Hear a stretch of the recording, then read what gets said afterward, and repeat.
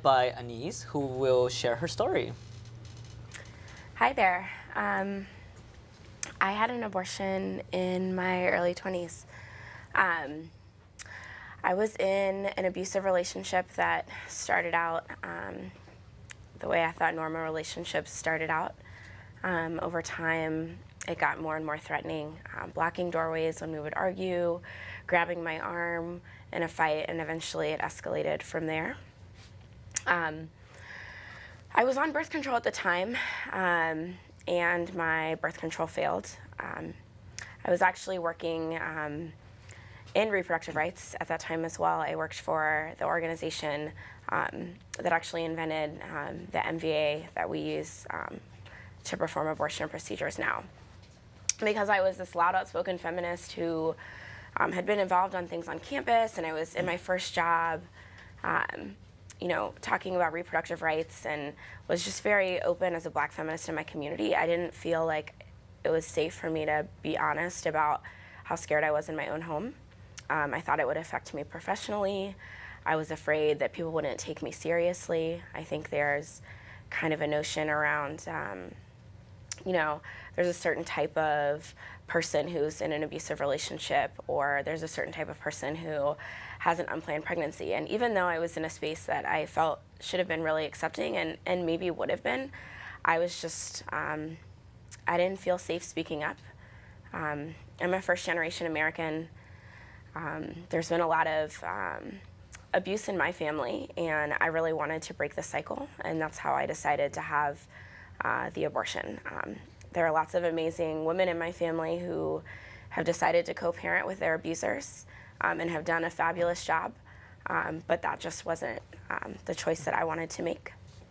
And I have the utmost respect for folks who do decide to go through with that decision, but for me, that just wasn't something that I was able to handle emotionally or,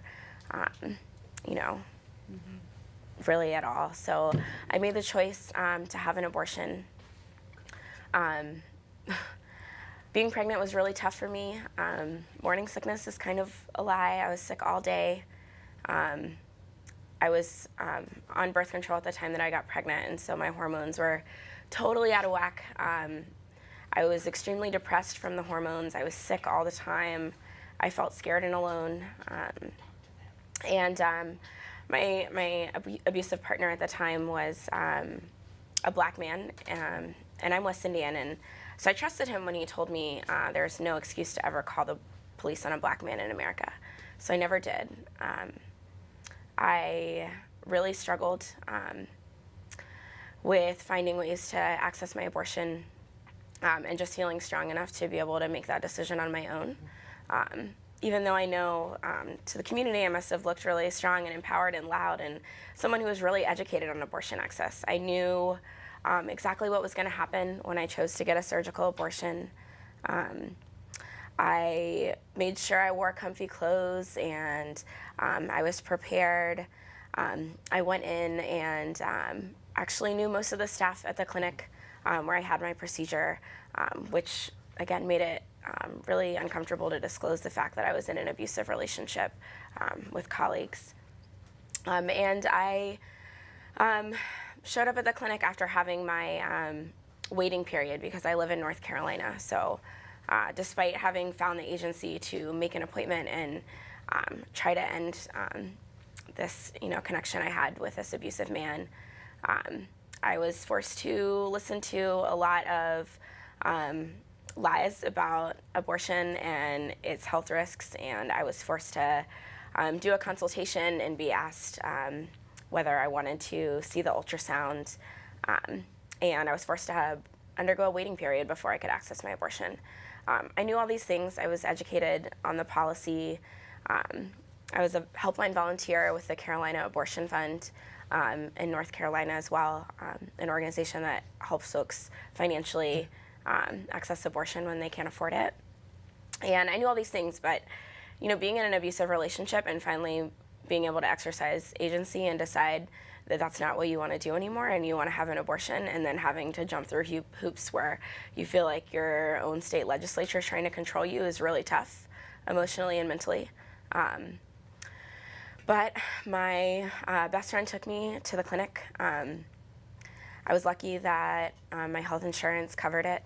I was really afraid that it wasn't going to, and I was scared to ask HR whether it was going to be covered. So I had a plan to max out my credit card if they didn't take it when I was there. Luckily, they did. My skin cleared up immediately after the procedure. I think in about 3 days. I went home and watched a lot of reality TV and treated myself to all the junk food possible.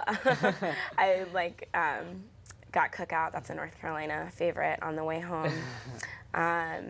And it took me another few months to leave that relationship after I had my abortion.